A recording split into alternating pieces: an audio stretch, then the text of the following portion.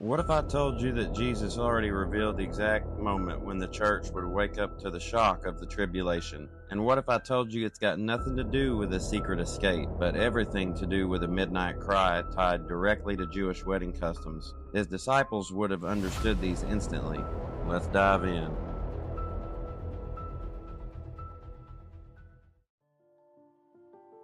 In the first century, Jewish weddings unfolded in stages. First came the betrothal, a covenant binding the bride and groom. That's the moment church entered into with Christ through his blood. Then the groom left his bride's home and returned to his father's house to prepare a dwelling place for her. Doesn't that sound familiar? It's exactly what Jesus promised in John 14. I go to prepare a place for you. While the groom prepared, the bride waited. She stayed faithful, she stayed pure, and she stayed ready, because she never knew the day or hour when her groom would return. That's the picture Jesus paints again and again. Stay awake, be ready, you don't know the hour. And here's the parable of the 10 virgins where it really comes into play. Matthew 25:5 says, "As the bridegroom was delayed, they all became drowsy and slept." That's the church age, the long wait. Everyone, even the faithful, grows weary. But then at midnight, everything changes. Verse 6, "But at midnight there was a cry, 'Here is the bridegroom, come out to meet him.'" This is the shock, that cry that jolts the church awake.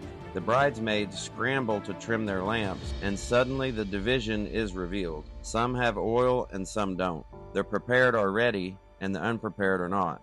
Jesus tells us what this cry will look like in real history.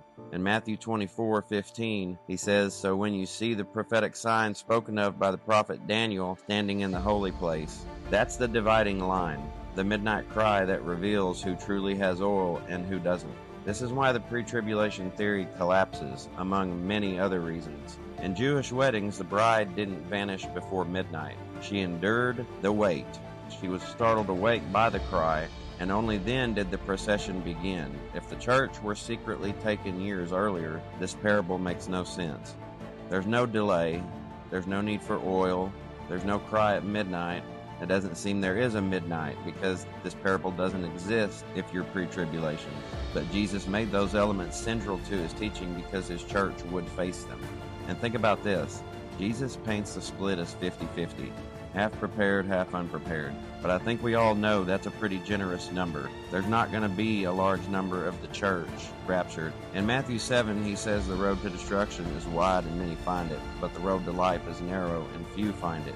Revelation 3:3 warns that if the church won't wake up, he'll come like a thief and they won't know the hour. Luke 21:34 says the cares of life will weigh people down until the day springs like a trap. In other words, even among those who call themselves Christians, only the truly prepared will be a fraction. This prophetic sign is the dividing line, the midnight cry that reveals who has oil and who doesn't, the revealing of the man of lawlessness. The prepared will recognize it instantly. They'll know Jesus' words are being fulfilled, but the unprepared will scramble, confused, caught off guard, and spiritually empty. And this is why Jesus warns so heavily, because much of the church is and will be asleep, lulled into false security, clinging to man-made teachings that say they won't face tribulation. But the parable, the wedding customs, the warnings of Matthew 24, Daniel, and Thessalonians, as well as Revelation, all say the same thing. The bride must endure, and she must be ready, and she must be awake when the cry goes out. So the question isn't whether you've heard of the midnight cry. The question is whether you'll be ready when it comes. Oil in your lamp doesn't come from a theory or a timetable. It comes from the Spirit of God, from endurance in His Word, from living faithfully when the world is asleep. Most of the church will miss it. Jesus said that. But He also promised that those who endure to the end will be saved.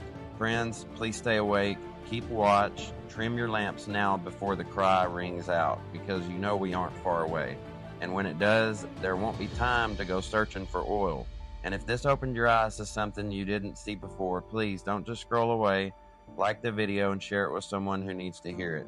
And drop your comment below with your thoughts. And let's keep this conversation alive while we still can. And God bless y'all and your families and these United States. Shalom, shalom, brothers and sisters. Maranatha.